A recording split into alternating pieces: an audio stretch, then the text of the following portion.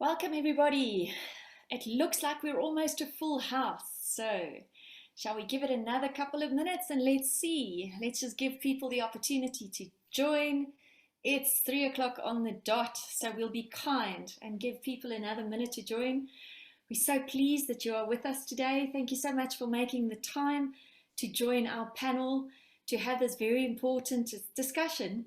And I'm so pleased that we've got so many different individuals from so many different organizations joining us today. And thank you for taking the time out, those who did, to send us some questions in advance of our session today. Hopefully we'll answer most of those questions in our discussions, but to the extent that we don't answer those questions, we'll also endeavour to send direct responses, whether that is to answer the question or to refer you to somebody who could potentially answer that question directly. We'll do our best to get to all of them. I'm going to give it just another minute. I see there are still people joining us, and then I'm going to start because we've got a lot to discuss, and I'm super excited to get to our panel for the day. So ladies, perhaps I can ask you in the interim to switch on your videos and join me on screen.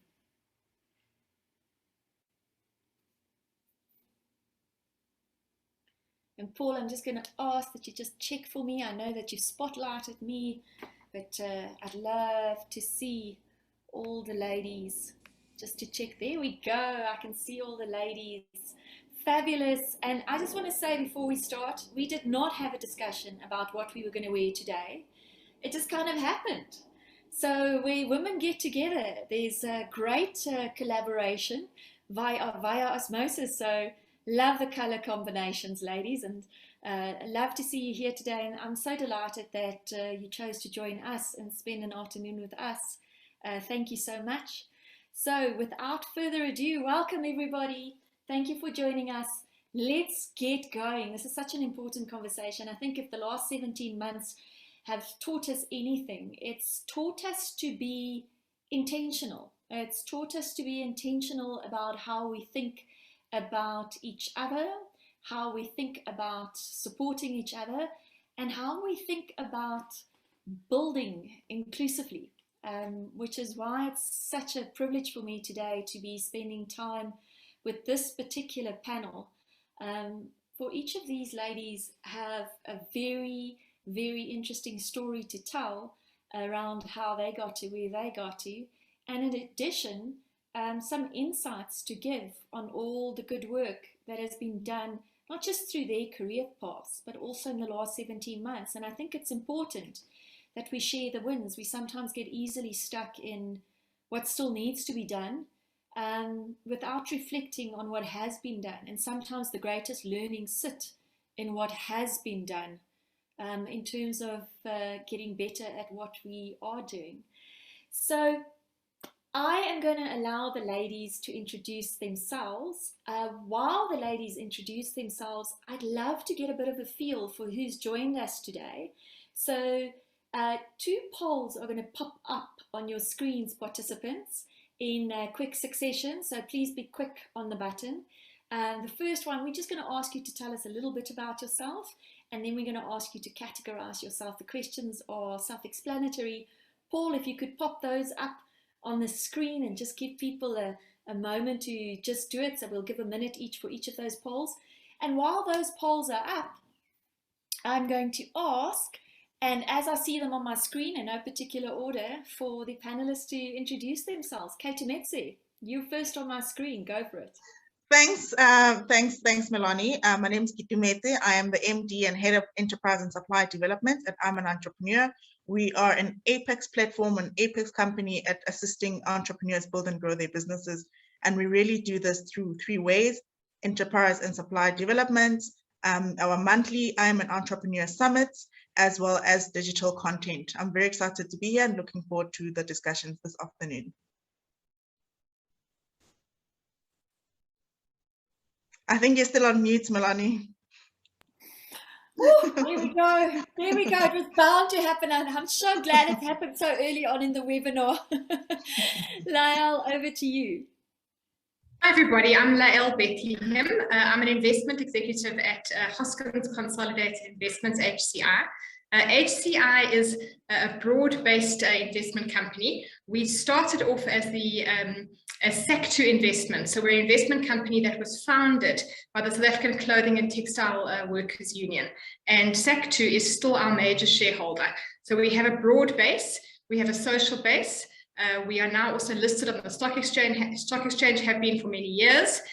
So it's a kind of a private equity company, a diversified investor, but that has a strong social base. Welcome, Lael. Tanya. Afternoon, everyone. Tanya van Lille, CEO of SAFCA, which stands for the Southern Africa Venture Capital and Private Equity Association. So we look after the private equity and venture capital fund managers that invest in a range of companies and businesses.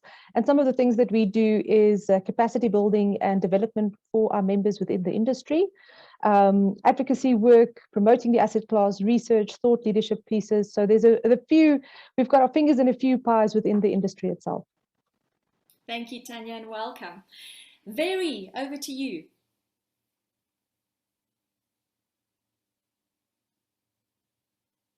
You're looking for your mute button. You need to find it. Wait, we can help. There we go. There you go. Hi, everyone.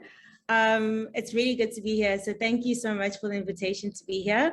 I am Vey Shaba, and I'm actually a mechanical engineer who founded an engineering company that focuses on addressing climate change in 2016. But as the years progressed, I started to see that there's such a gap in terms of the people who are playing in this space, specifically in terms of SMEs in climate. And so in 2000, and I think it was in 2020, I applied for the GrowVest competition. That was this time last year. And Green Design Capital ended up being selected. And so I'm in this almost transition phase of becoming a woman fund manager, specifically looking at investing in green SMEs. And so, yeah, I'm the co-founder of Green Design Capital and really excited to be here. Oh, and we're so pleased that you've joined the GrowVest stable, Veri, and we wish you well in your endeavors. Cindy, finally, but definitely not least. Thank you very much, Mel. My name is Cindy Mabaso-Koyana. I'm a chartered accountant by training. I am a founder, member of the African Women Chartered Accountants, which is what actually makes me really appreciate what SAFCA does, which is more around skills development. And in 2008, we formed an investment holding arm of AWCA. And 13 years later, we realized the importance of having your own pot of money. And we are excited that we've just had our first close in forming Air Age Capital. Thank you. Oh, fantastic and well done, Cindy. So there you have it. I'm so excited to get into the questions, but before I do, I wanted to just share the results of our poll with you quickly, and I hope you guys can see that. How nice is that to see so many allies, male allies on this webinar. Thank you so much for joining us. Your role in supporting female trailblazers are so important. I'm going to just move on to that second poll just to see that I'm not being share the results. There we go. Look at all those women trailblazers who have joined us today. 85% are women trailblazing a career and or a male ally or supporter of a woman trailblazer. That's amazing. And this is really great to see. And for those of you who aren't either, we're so pleased that you've joined us. And this is how we learn, and this is how we, through sharing, this is how we learn, and this is how we get the best from everybody. So without further ado, I'm going to jump into a discussion with our panelists. I am going to ask you just one more question to the audience. I'd like you to just engage with the next poll, and Paul's going to throw it up while we start engaging with the next questions. to our panelists, and that really is to give us a word to describe how you feel about the progress that has been made around women empowerment before we or while we move on. So ladies, getting back to the important stuff, I'm going to ask each of you, and I'm going to start with you, Cindy, if you could perhaps just respond to the first question. I think whenever we talk about women empowerment, the first response that comes back is, yeah, but where do I find these female and particularly Black female talent? Do you think there really is a shortage of female and Black female talent, or do you think that's a misperception? And if it is a misperception, how do we begin to address this?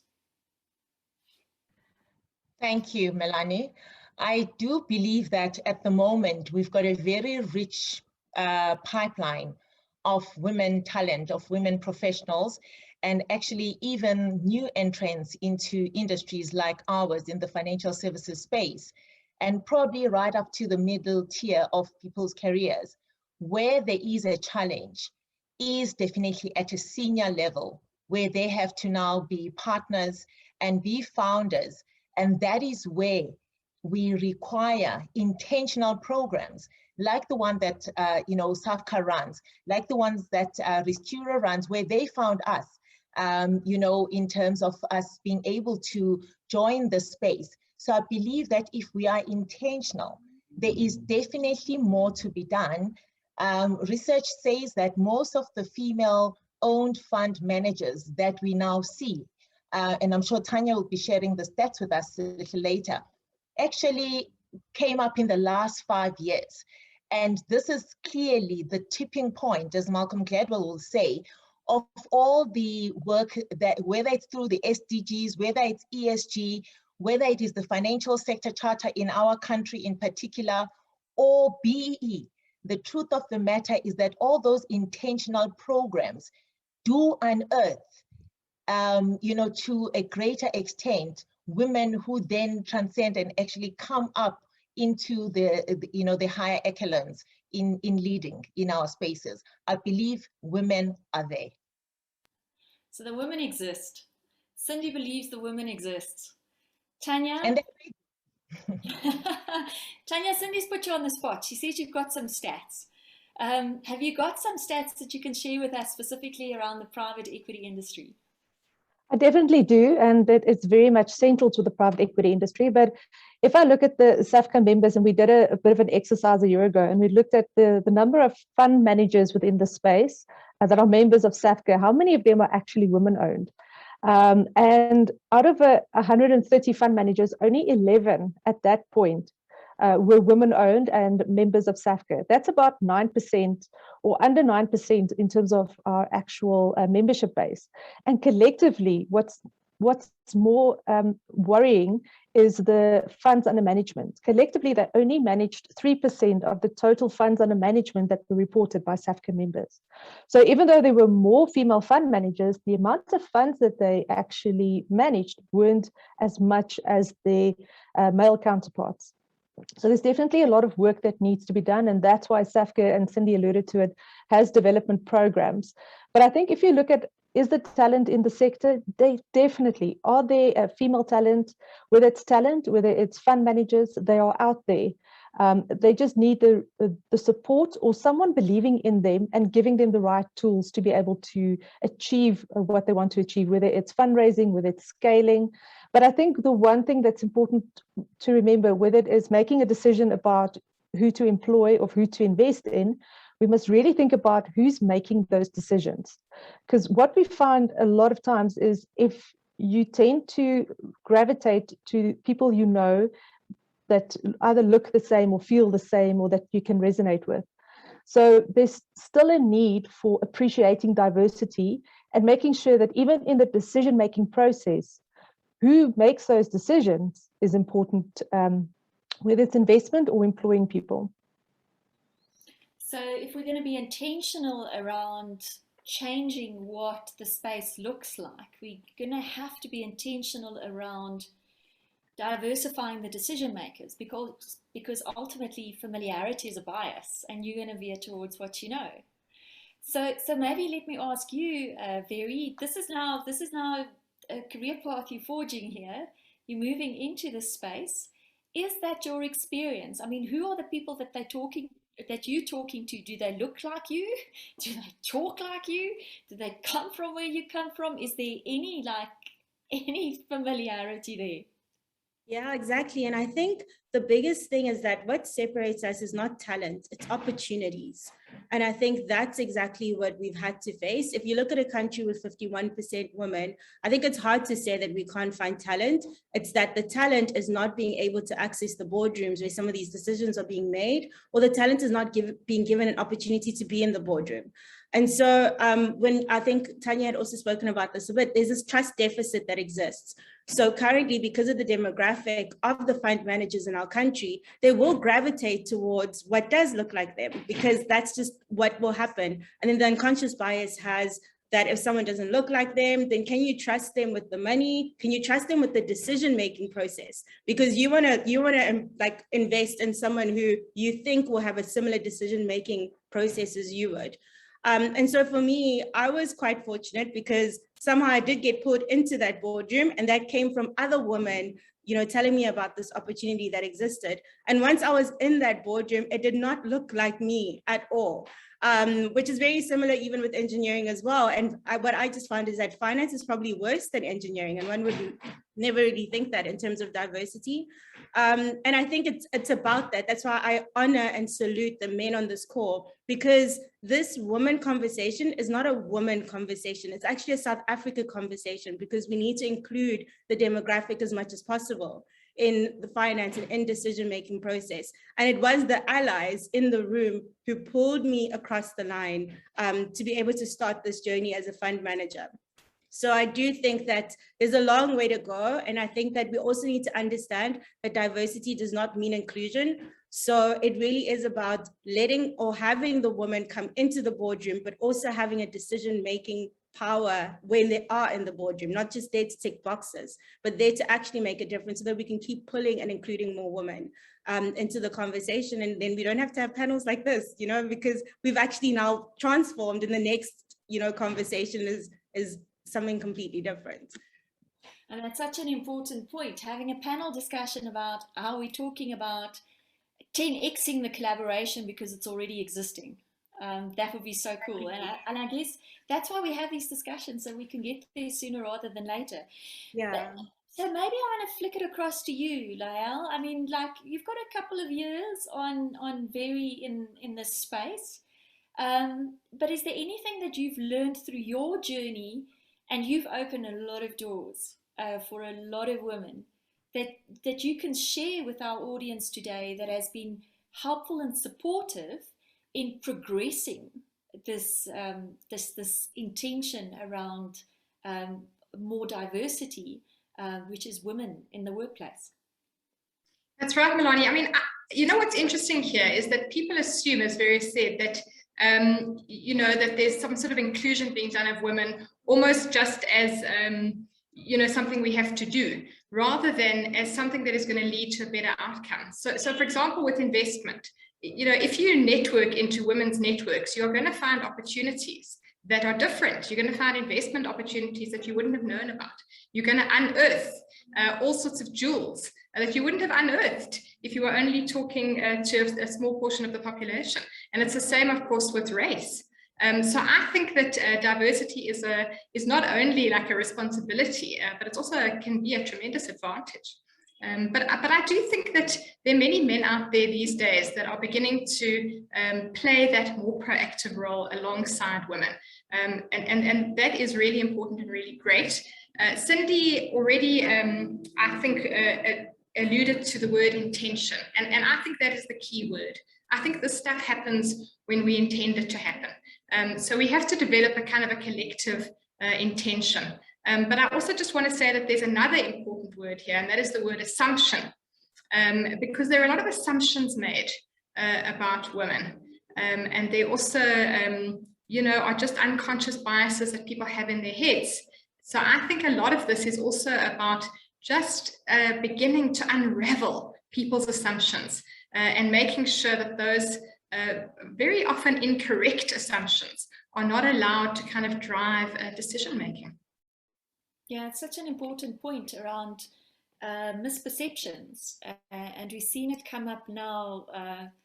And I'm using one of the organizations in the space that's done a lot of work in it recently, post the riots, around the township economy, and how there's a misperception around the risk element associated with the township economy from an investment perspective, or potentially there's a misperception around that, and it comes back to a trust deficit, investing into what you know, and who your allies are in that process.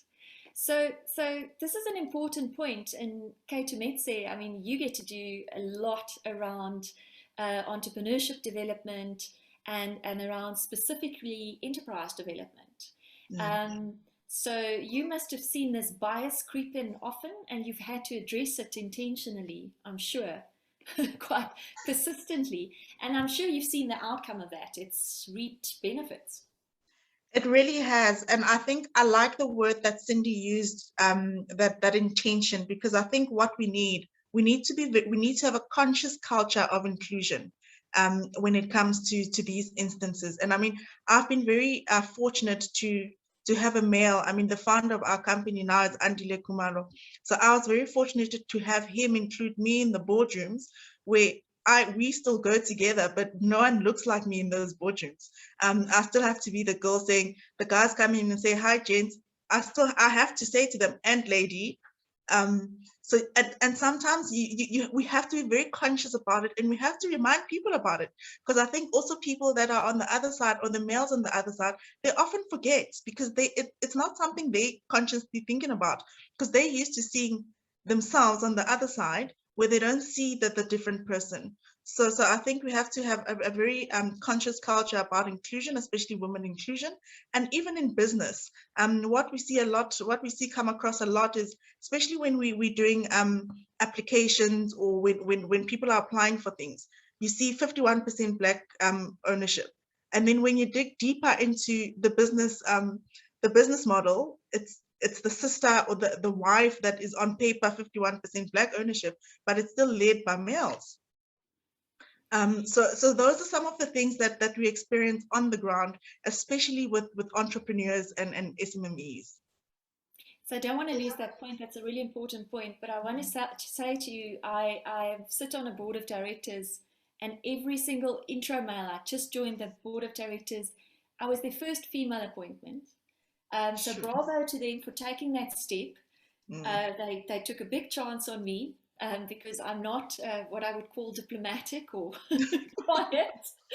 And every single email now comes through, because these poor guys, obviously, they've never had to do it before. And it's going to take a lot of patience and a lot of learnings. And every email now comes through and it goes, Mrs. and Milani of the board of directors. It's something that we have to also be patient with them about, because we have to let them get into that swing of inclusion and including women in their processes and their boardrooms, and also in their dress. It's like learning to drive a bicycle. We've all gone through that process. So you have your little training wheels, and then you take the training wheels off, then you fall on the tar road a couple of times. You learn that burns like nothing when you get in the bathtub that evening. So this is how we all learn. You learn that it hurts, and then you move back a little bit, you rethink, and you do it differently next time around. So that patience, but creating the space in which those conversations can happen is so important, and having that patience and that openness to learning is so important. But I wanted to connect around the point, and I forgot what the point was. I knew I shouldn't have. Was it not the ownership point? Ownership point. Thank you so much. Thank you for reminding me. That point around ownership is so important. And I think it was the same thing, Barry, that you alluded to, which is inclusion is great, but do you honestly and authentically have a voice at the table? So, right, you've now moved in the right direction. You've opened the gap for this, but are you now being authentic around empowerment of the individual that has been included in the conversation, which brings me to a really important point, which is what was alluded to earlier, and that is around capital allocation. So we know how hard it is to raise capital, period. I think Cindy will tell you that it's been decades in the making, that generally the money has come from everybody but a corporate and or an institution, and initially did in fact come from friends, family and fools. But we're so glad the fools were willing to support. So let's talk about that capital deficit. Do we think there is a capital deficit, or do we think the capital is there? It's just being maybe not channeled as efficiently as it could into female-owned businesses because we're still getting to grips with bridging that trust deficit. And Tanya, I'm going to pick on you because I know you've got numbers around capital flows and where that money is going, and you alluded to it earlier when you were talking about the number of female fund managers in the space. Yeah, Mel, I think it boils down to what everyone said. There's there's perceptions about women managing funds or managing money. Ketumetse said we needed to be patient. I think the capital is out there. It's just having the courage or the intention, as Cindy said, to allocate it to where it is needed. And it's definitely needed into other women-owned businesses or women fund managers that will eventually allocate to women businesses and pay it forward. But it's really about trusting that just like men, women can also make really sound decisions. I mean, we marry you. So in other words, we are able to make good decisions on whether we want to get into a relationship with a partner. So if we can do that, I'm sure we're able to manage your capital and invest it really well. Lael might have a lot of examples and stories of investments that they've made and a good track record that they've built. So I think because there's always been a lack or a deficit of capital that have flowed to women-owned fund managers, they might not have the same track record as others, but they have the necessary skills, appetite, experience, gravitas, and just that ambition to make the same kind of quality decisions that males make in the investment space. But if we look at the capital, as I said, only 3% of funds under management sit with women-owned fund managers. When we did our dipstick check a year ago, we might see an improvement of that given initiatives such as the 2X initiative that is run by the development finance institutions that are really focused on gender lens investing and with intentional about investing capital into women fund managers, women entrepreneurs, making sure that there's financial inclusion. So I think we will gain momentum. The capital is there. We must just be brave and allocate it to the businesses that are not only male managed, but also female led.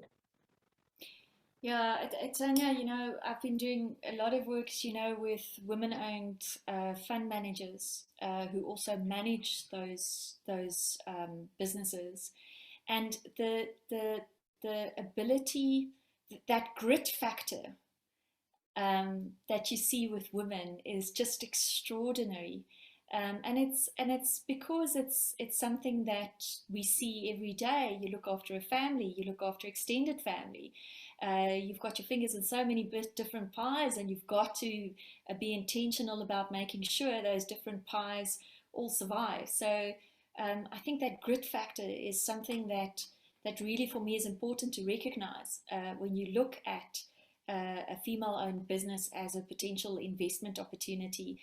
Lael, Tanya threw you under the bus just now, and she said you've got stories to tell. So I'm asking you to share those stories with our audience.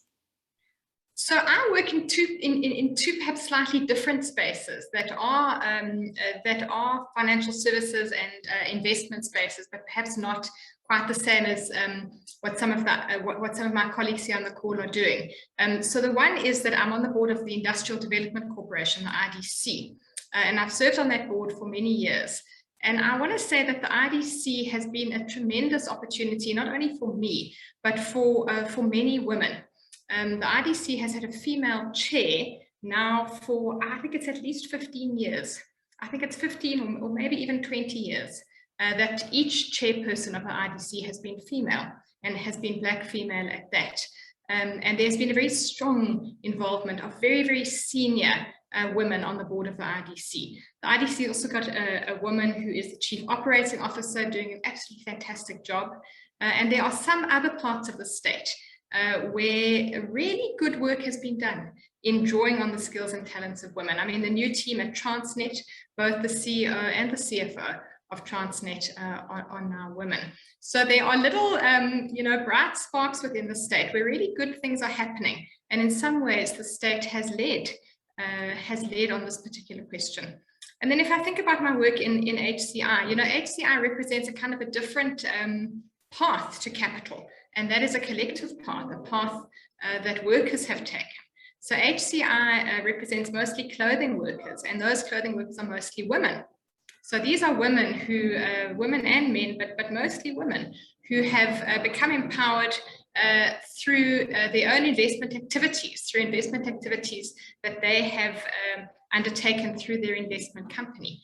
And I think there's a great deal of scope in South Africa for collective investment to be done by women. I mean, women are involved in all sorts of collectives, as we know. There are women in Stokvels, like in every part of the country. There are so many women who are already involved in collectives of one sort or another, and many of those potentially have capital and can borrow money. So I think there's a lot of good work to be done there. So that's amazing to hear that, and I'm gonna pick on you, Cindy, and I want to thank Mtobi Tiamzashe for putting that question into the box, the Q&A box there, asking how do you address how do you address window dressing? Thanks for the tongue twister, Mtobi. Where there is compliance only on paper, but the underlying culture is not one that enables women to be decision makers, especially in light of investment mandates that speaks to a requirement to make a specific allocation to women-owned and led companies. Cindy, I'm picking on you because you have chosen to focus your investment mandate specifically on women and into the investee companies, and to carry that principle through to the investee companies that you will be investing in as a fund. Yes, thanks, Mel. I guess what is also important when we talk about the role that men play in this, we have touched on the bias. I think it is also important for us when we discuss the transformation agenda.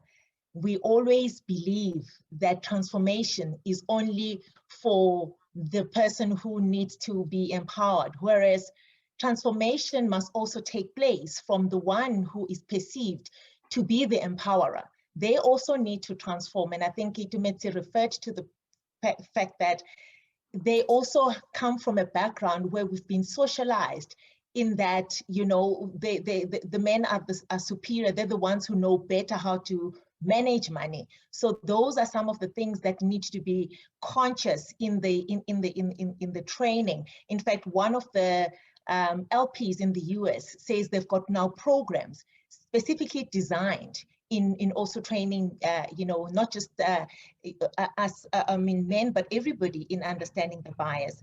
And I think, Mel, the issue around the track record that everybody talks about, because that is correct.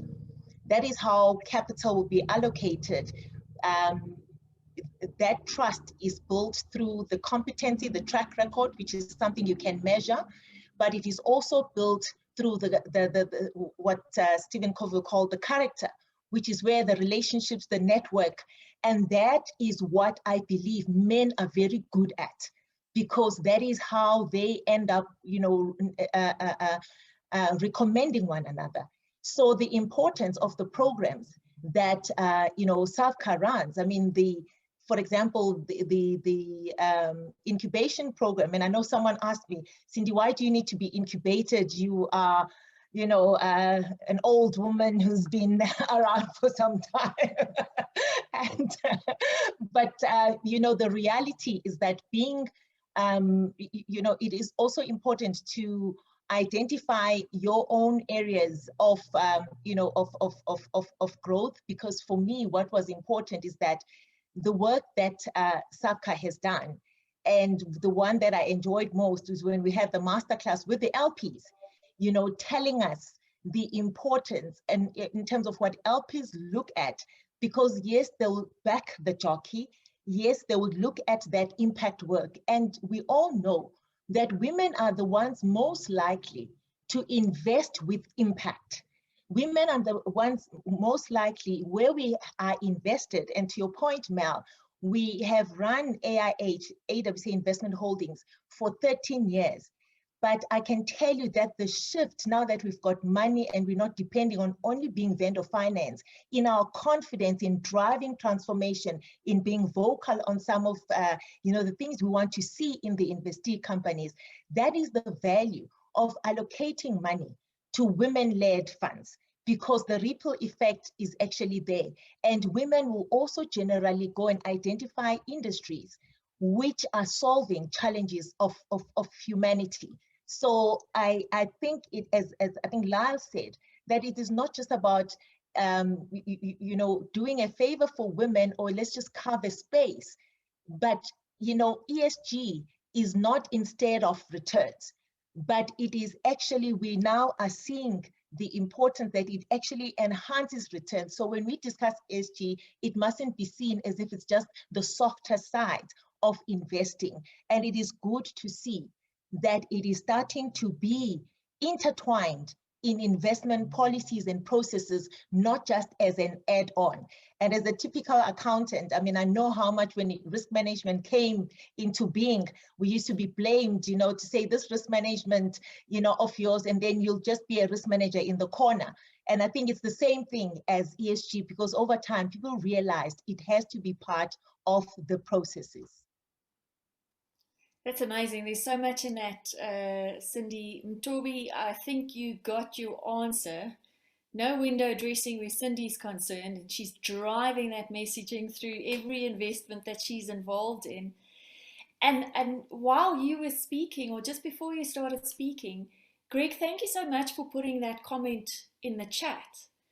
Greg Flash saying the capital is there. The reality is that we are an extremely patriarchal society across races and cultures. The wider the investment universe, the more diversified your portfolio, hence the lower risk. Not investing in women-run or founded companies is simply illogical. There is also a massive opportunity cost by not investing with women-run or founded businesses. Greg, thanks so much for that. I think that's what this conversation is all about. I mean, I look at Very and the word impact, and ESG doesn't mean that you don't make any returns. Have now been used. And Very, I know that you are into green design. So maybe just give us a little bit of an idea around what it is that you do and why that actually drives returns on your investment, as opposed to take away from the returns on your investment, because green design is ESG. It's environmentally friendly. Yeah, that's exactly it. And I love that Cindy actually brought that up, because ESG looks at environmental, social, and governance.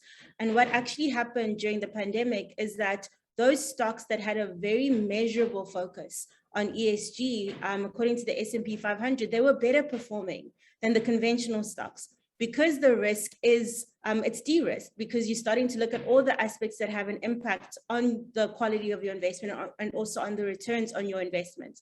So I think that the whole idea of ESG, and maybe I'll focus on the S part, because that's where the woman would be part of that, is that we need to look at how to just de-risk this myth that, investing in women founded businesses ends up having a low return. Because I always come back to the question of, where's the data of that?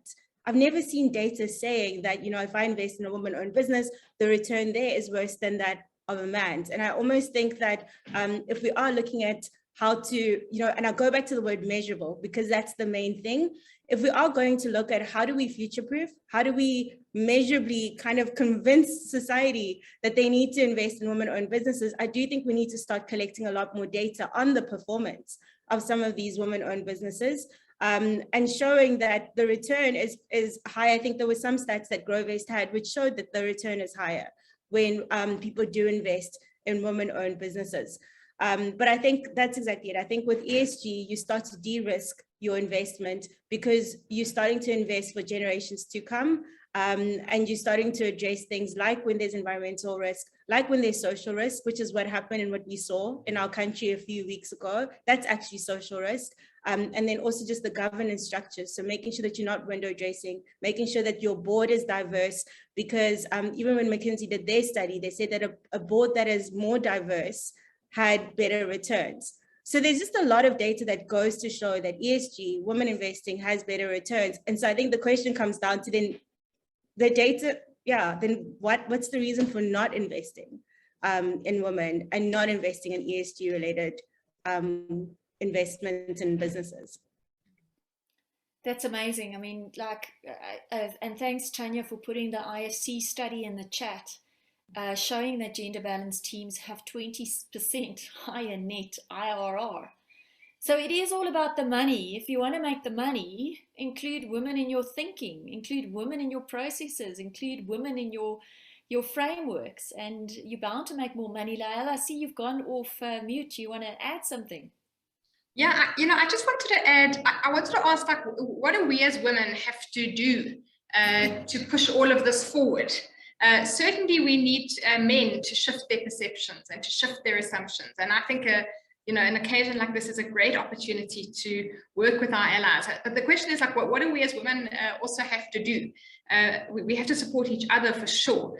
But, here's a trick question. What do Simone de Beauvoir, Steve Biko, and Bob Marley all have in common? And what they all have in common is the idea of consciousness.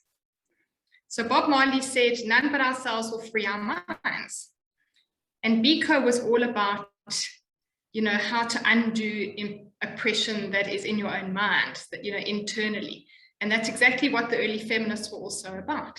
They were about saying, until we can shift our own consciousness, until we can undo the sort of layers of lack of confidence and lack of ability to take on conflict when needed.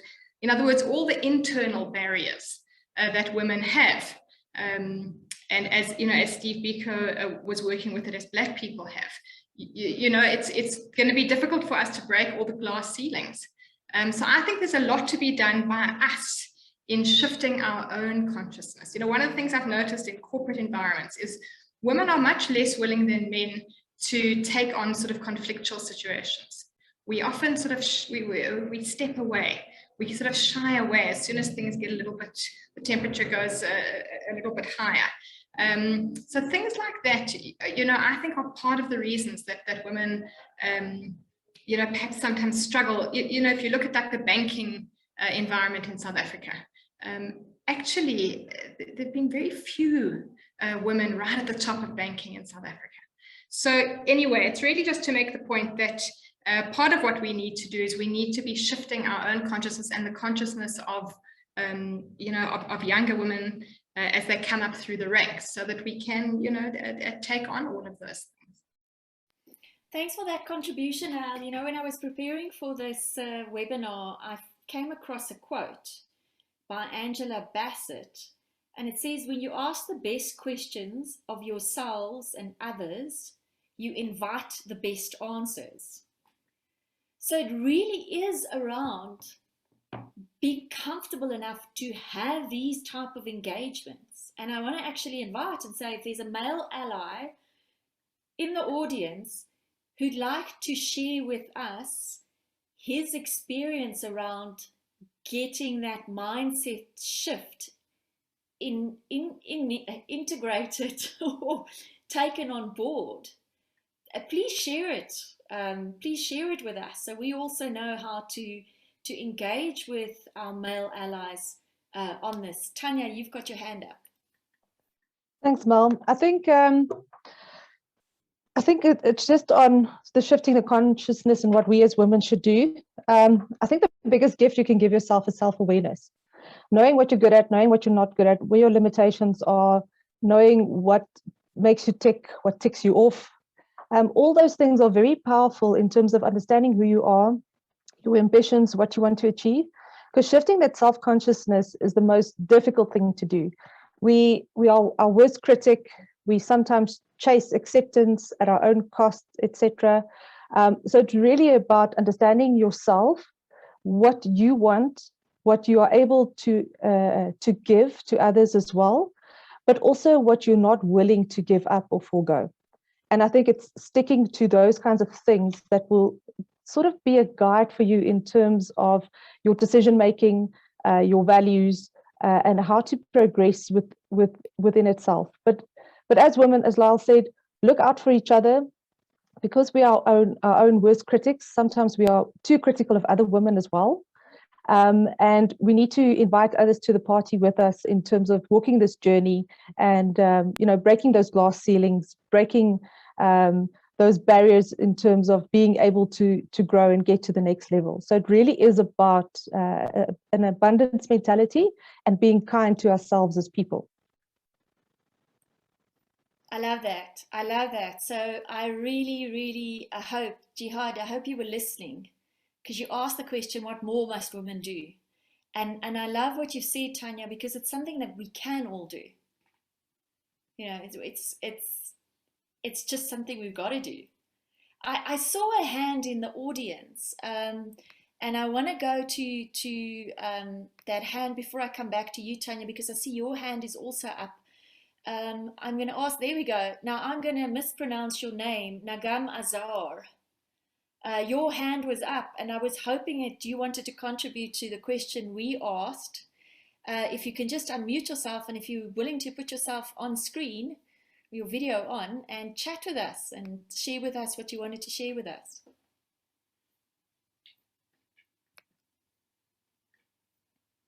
Nagam Azar, are you with us?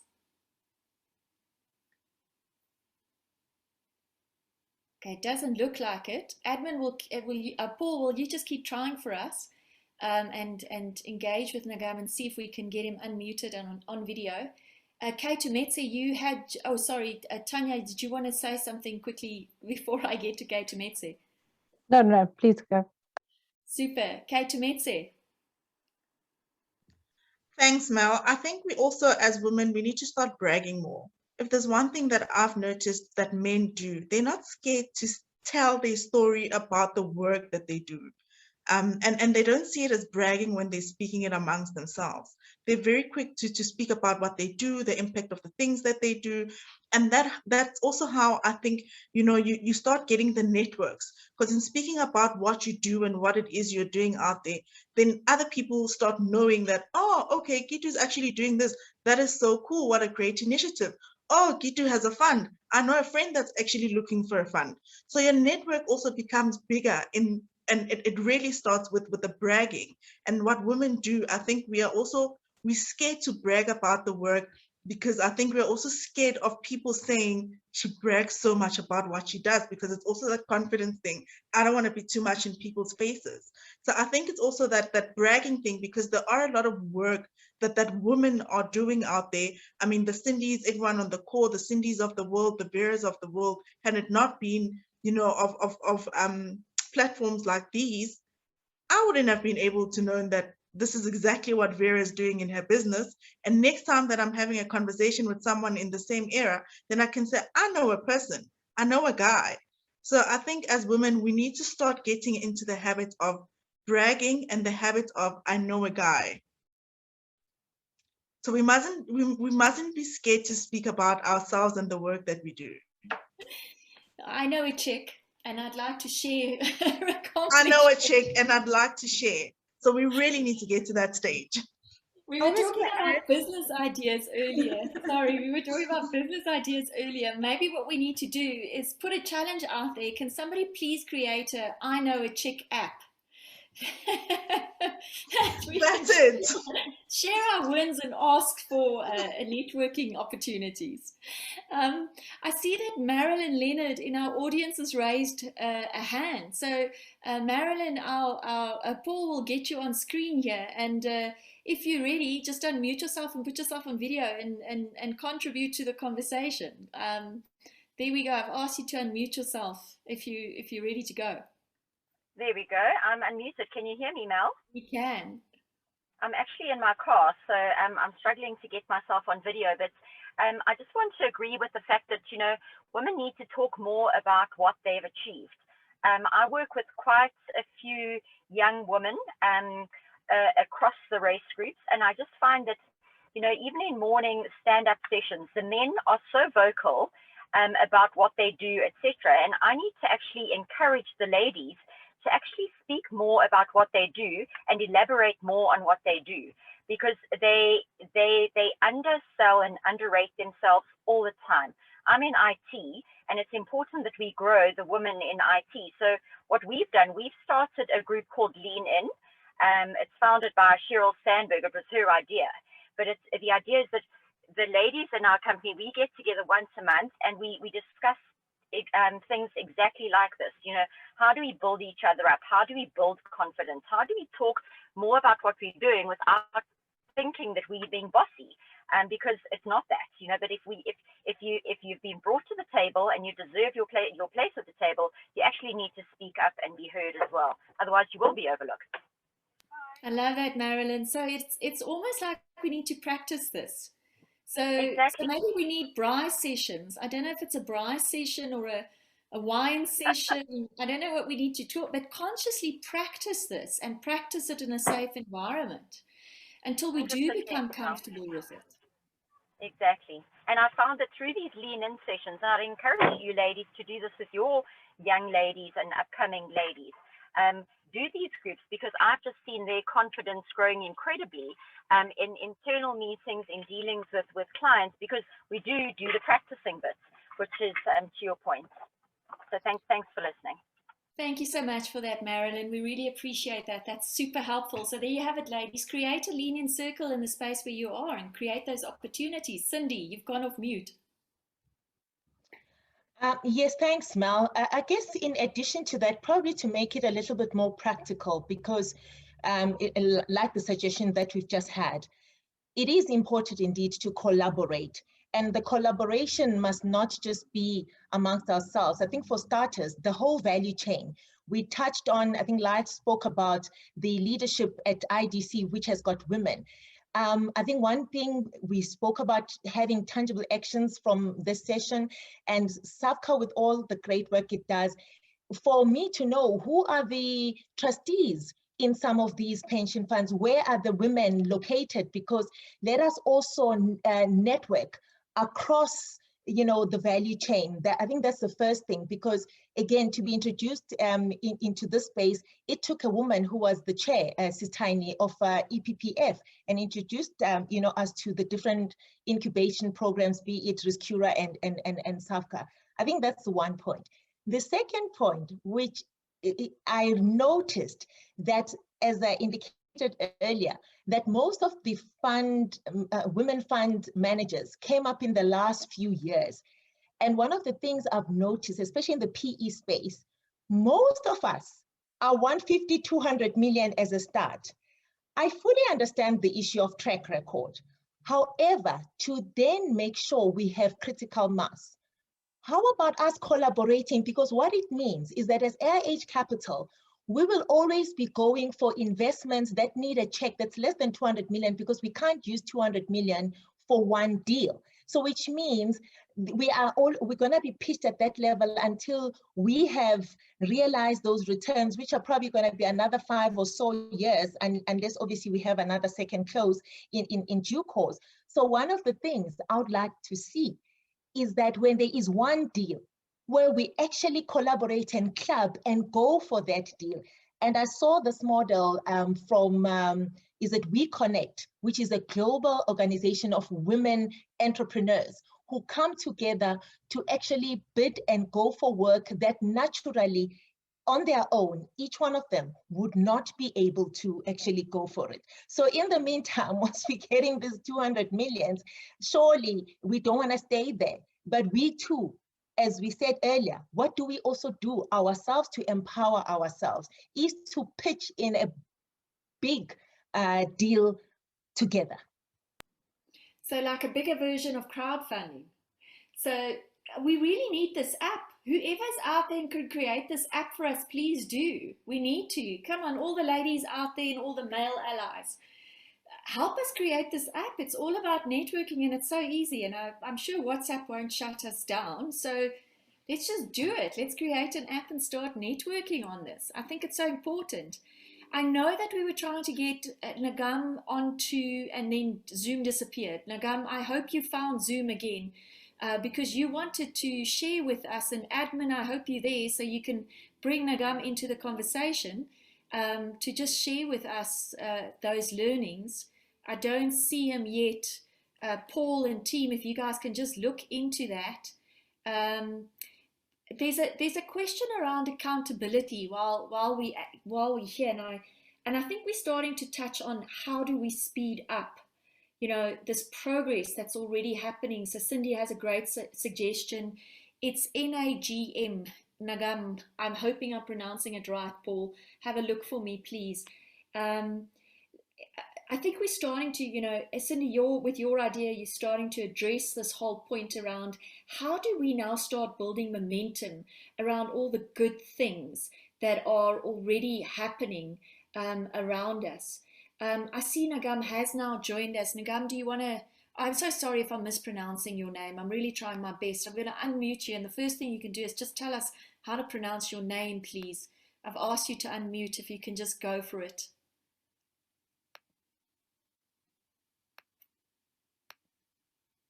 Oh, Nagam.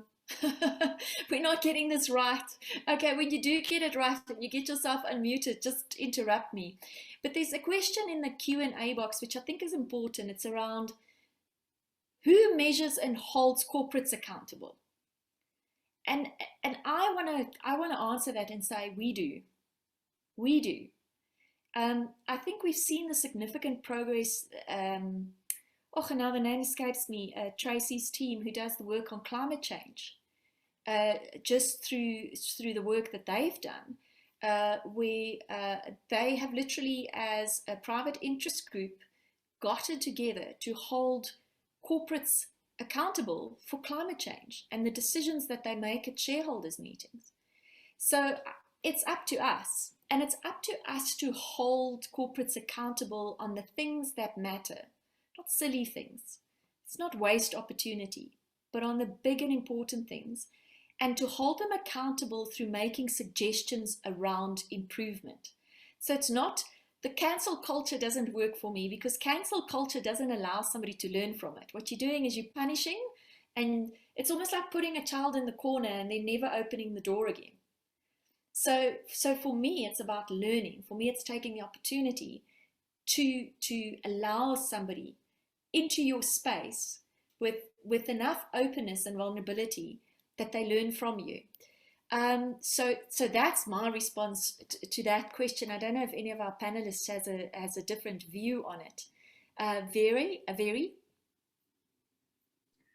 It's not a different view. I think it's just building on what you said, specifically looking at, you said climate change. There are measurable tools to be able to measure that ESG. And I wonder if there's one that exists for gender lens investing, where one is able to not just say, I backed a woman, owned company, but you do a gender analysis with your investment analysis to get a sense of how is it impacting women, either through ownership or either through the products that are being produced or the services.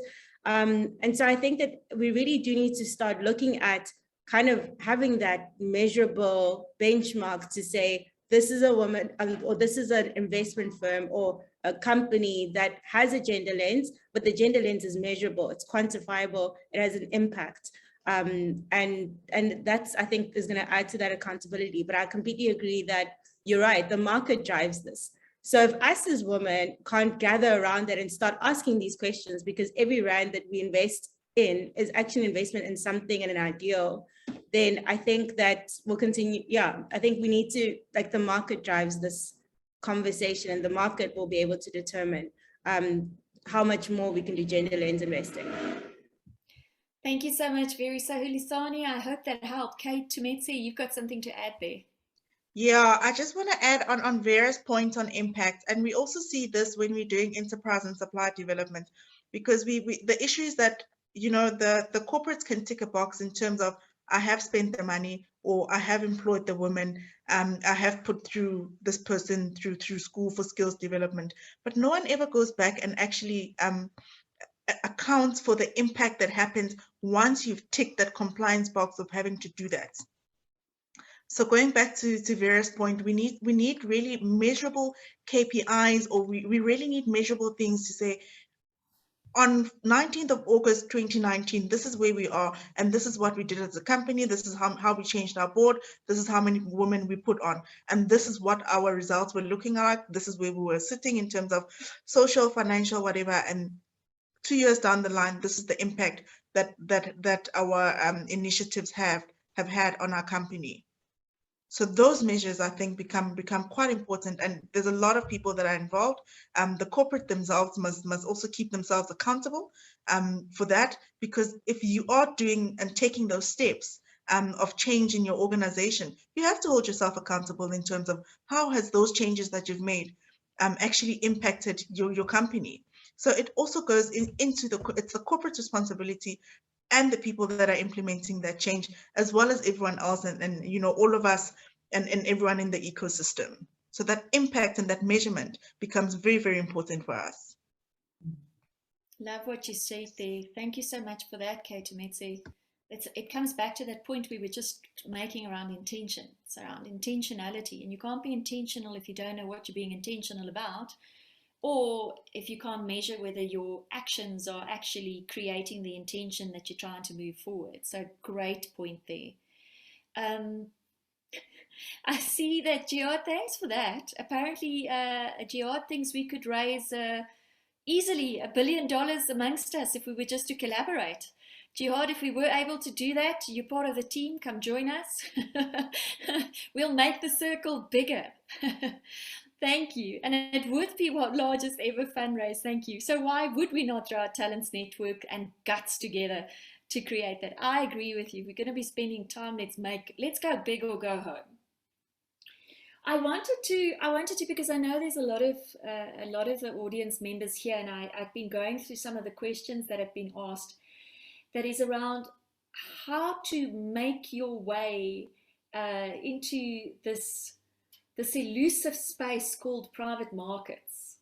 And I was hoping that our panelists had some hints or tips or suggestions for some of our audience members around how to make their way into this space, especially if they didn't start out their career paths in this private market space. So maybe I'm going to look at Tanya and Cindy first. Tanya, I'm sure you get this question more often than not. I do get the question often, and a lot of people ask, do I have to be a CA to get into the industry? And historically, yes, a lot of people, when they looked for skills and those to employ in the industry, it was for either CAs or financial modeling or some form of financial analyst skills. But we're seeing a lot more diversity coming into the sector in terms of qualifications and experience. A lot more engineers, a lot more people from services such as ESG, consulting services moving into the industry, value-adding services that have industry experience, such as energy and agriculture, medical health, etc. But getting into the industry is not easy, especially if I listen to a lot of our members and when I interview them for our foundation program. One of the panels that we have is about career choices within the industry.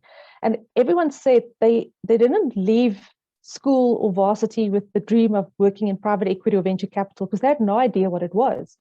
As they matured into their career, they then became aware of private equity and or venture capital, and then started carving out a career in the industry. But because the industry is still growing, it's not an industry that offers massive amounts of jobs like you would find in the banking sector, for instance. There's only so many jobs because there are only so many fund managers. So if we've got more fund managers with bigger funds, like Cindy said, there can definitely be more job creation and more young talent that can come into the industry.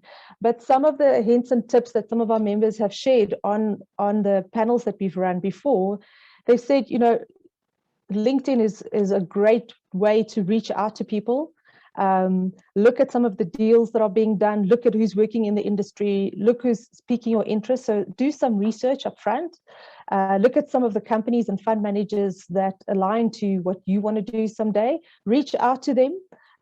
See if there's someone within that organization that you can engage with and start building a relationship with. I found the industry to be very collegial, very giving in terms of their advice and time. So I would veer to say, if you reach out to someone via LinkedIn and say, can I have a cup of coffee or a quick 15, 20-minute call with you? I just want to understand more about the industry and some hints and tips of getting into the industry. I think you'll be pleasantly surprised by some of the responses you'll get. So, you know, put yourself out there, do some homework, and then reach out to others in the industry and start building those relationships. Those were some of the tips that some of our members have previously shared. That's amazing. Thank you so much. I hope you guys got a lot from that. Cindy, you're a CA, and it still wasn't easy. It was still a lot of hard work. Is there anything else that you can add or contribute to this question?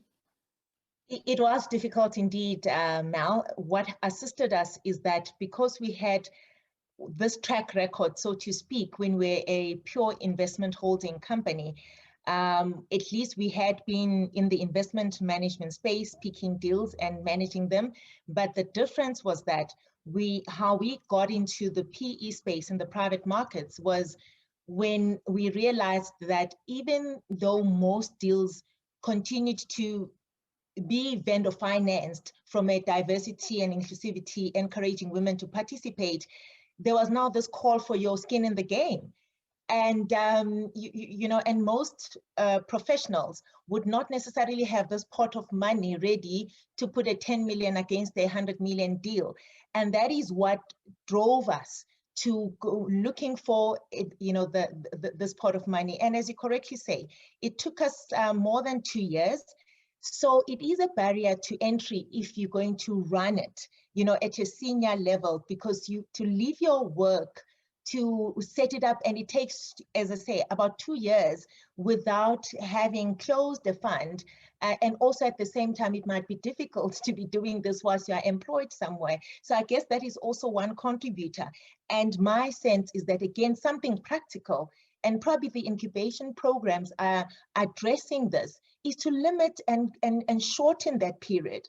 You know, it is actually very long. It is ridiculous if you actually think about it. So I think it is one area we need to push back, you know, as women. So I think at a senior level, that is how we got into it. And I think the points that Tanya mentioned, you know, at an entry level, we also need to role model more private equity firms, you know, amongst younger people, and as we encourage the pipeline at a university level, and be intentional around attracting them into, you know, into the space. I mean, for example, it's only a few months and engaging with the SAFCA that I'm starting to know of very successful, but they're very few, you know, women-led private equity funds. I think Ngozi, you know, I'm trying to remember her surname. I know she was with Actors for, you know, for some time. And most of the large ones are across the continent. And it will be great as well for us to be exposed to you know, to people who are already running large, you know, funds, and who are successful. And that's what I'm looking at SAFCA to assist us with. Tanya, you got a big job. You got a big job. Thank you so much for that, Cindy. So Veri, you've heard all of this now.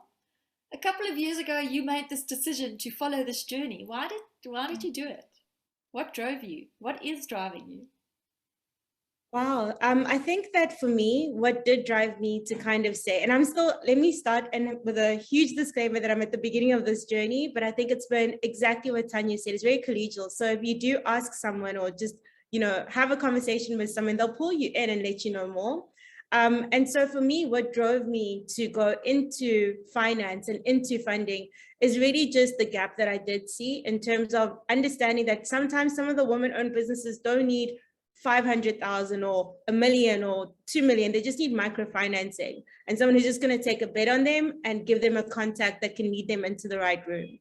And so it's almost that mix of mentorship and sponsorship and just a little bit of finance. I think for most of the people who have businesses, probably like their mother or family members, their first angel investor, and that keeps them going for like the first few months. And that's really what we just need.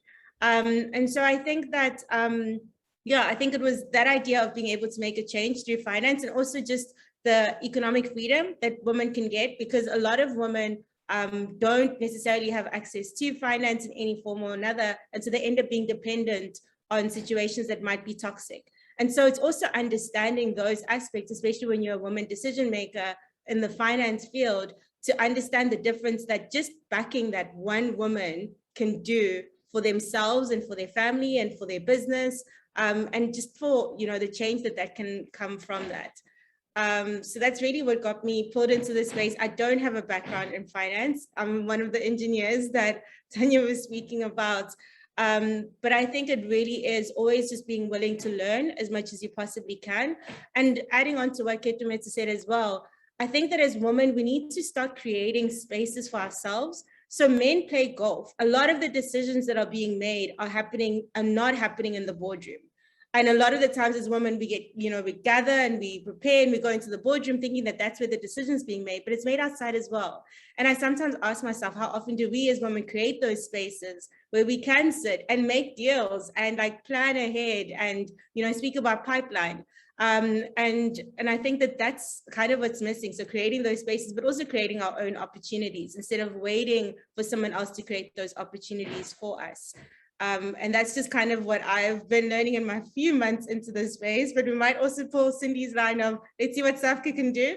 But also, like, I think Grovis has been very supportive as well in terms of the hard bits that come with entering into the space. It's not easy. I remember, Melanie, you told me that the first time you were like, it's not easy. You need to get yourself ready. And so I wasn't surprised when I got into the space and you're pushing past bias. But the whole idea is we need to push past it, because the only reason why we as women are sitting in this room is because a generation before us pushed past bias. And so I think we owe it to the next generation to keep pushing, to keep trying to, you know, create space for future women fund managers. Because if we don't do that, then, you know, this, like, what's it going to look like years from now? Yeah. Well, Cindy's giving you some kind of an idea of what you might look like if you continue to work hard. It's a fair point. We need to start being more intentional about our networking. I want to ask a question though of you, Lael, around, you know, you've seen a lot in the time that you've been in this space, and that you continue to be in this space. How well do you think we're actually doing? Well, not well enough. Not well enough. You know, I guess, you know, I started my career working in a trade union. And from there, I went and worked for the Department of Forestry. And forestry is an incredibly male-dominated environment. I've worked in forestry, I've worked in construction, I sit on the board of a platinum mining company. And I think in many of those environments, it's still very male-dominated. And there are lots of initiatives happening. And there are people, as Vera said, pushing and trying, but very much, you know, I luta continua. There's a lot more to be done. And I think that women who are really progressing in corporate life are located in quite a few, you know, it's a narrow range of industries. And there still are very large industries in South Africa that, notwithstanding the efforts of, for example, the people who've been pushing women in mining, women in construction, women in transport, there really is a long way to go. So I think there's still a battle on our hands, and we just need to, I like what Vera said, we just need to keep pushing past the bias, supporting one another. I also think that a great way into private equity, if I can just turn to that briefly, is not only to come into private equity as a professional, but is to come into private equity as somebody who's built something. Build a business. Go out there and get small funding to buy a piece of land and start a farm. You know, export vegetables. There's money out there for that. Go out there and start a small company. You know, lots of ideas about things that you can do. But first, build something. Build your own thing, and then go into private equity. As somebody who actually has been there. I mean, Ketumetse is very involved with entrepreneurship, and it's not an easy path by any means. And I'm not saying you only have to build a business through entrepreneurship. You can build a business in various ways. But go out there and do something significant. Win a battle of some sort, and then go into private equity. What an amazing! I'm using that as your closing statement, Lahal. I think you've given us your. Wow, so we should luta continua in terms of entrepreneurship and building our own stuff. I love that. I'm going to give, I know we've run over time, so thank you for everybody for your engagement. So I want to bring it to a close, and I just want to give all our panelists an opportunity to do exactly what Lahal has done now, to give us your closing thoughts, to just share with our audience here today something that's close to your heart and that you think we should all be keeping in mind as we continue on this path. And Ketumetse, given that you are the entrepreneur driver in this room, I'm going to open the floor to you first. Thanks for that, Mel. And let me continue on Lyle's statement of build something. And even for myself and my own personal journey, you know, the first time that I was really introduced into this equity space is when I myself and some business partners were funded through a company called IDF Capital for our medical center, Mediwell. And ironically, that is women run. And she believed in other women running this medical center, and she funded us for that. So I think for a lot of entrepreneurs, the ecosystem, it's a huge ecosystem.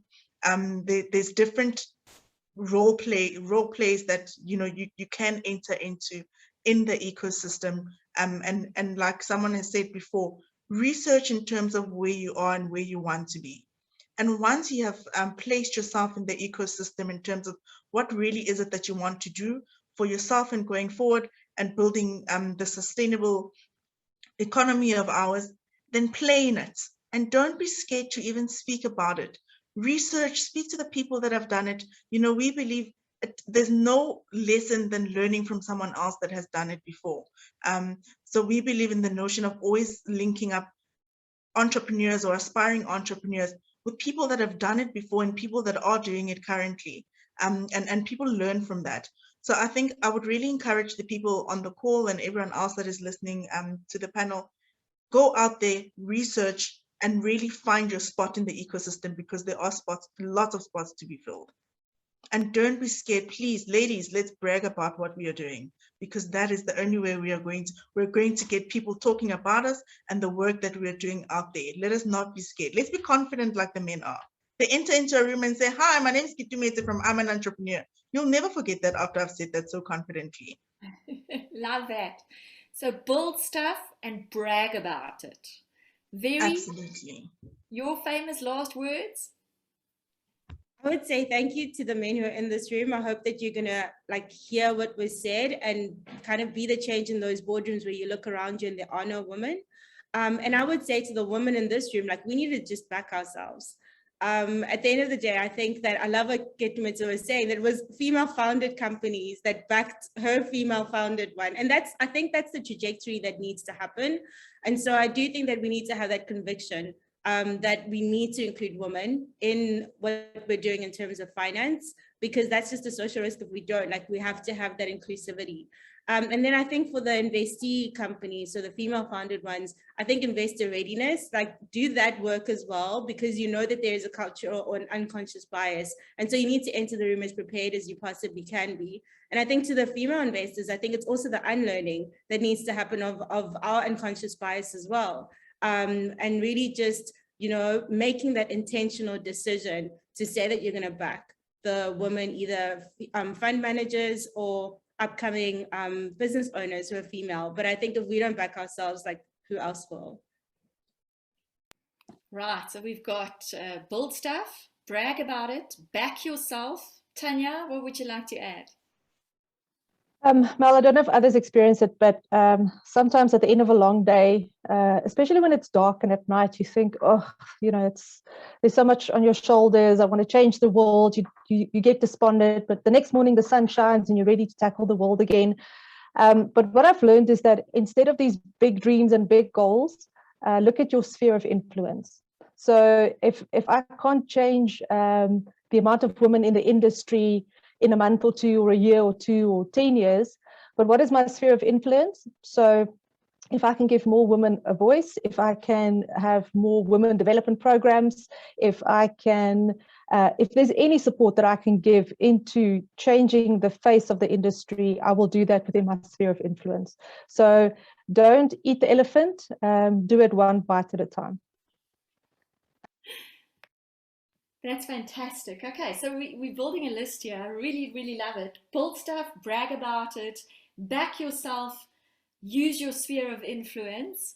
Cindy, it's all up to you to close it down for us. Thank you so much, Mel, for an answer. So coming from my broad-based environment and my passion for AWCA, then forming the investment holding company, and then taking it to the third leg of the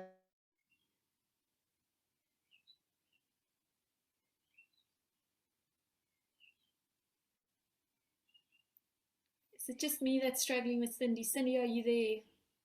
Oh, Cindy, we've lost you. Such an important message and we've lost you. Okay, well, while we wait for Cindy, Cindy, are you back? Cindy, you're going to have to repeat all of that. We don't want to miss it. I don't know what happened there, but yes, so our fund, the GP has got AIH as the majority party, and myself and Jasmine. And it's a model that had not been done before, but we now have it. So we pushed the boundaries. So push the boundaries. Okay, so guys, we've got it. We've got to build stuff. We've got to brag about it. We've got to back ourselves, use our sphere of influence, and push the boundaries. All right, I love this. So in closing, what I'm going to say is GrowVest is committed to continue this journey with the women in its sphere of influence. We've started with Very, but we're going to do more. So please, we've put the challenge out there to you. Contact us on info@growvest.co.za and please tell us what else we can do to start using our platform to support you. I want to say to every single one of the panelists, you are such inspirations. Thank you so much for sharing your time, your passion, and your insights today. And to everybody in the audience, I want to say, the world deserves you, and you deserve the world. All right. So please live by that motto. Hear what the panelists shared with you today. And we look forward to continuing this conversation through the course of this year, through the course of next year, and to meet again here next year to measure our progress. Thank you, everybody. We appreciate you. Thank you, everyone.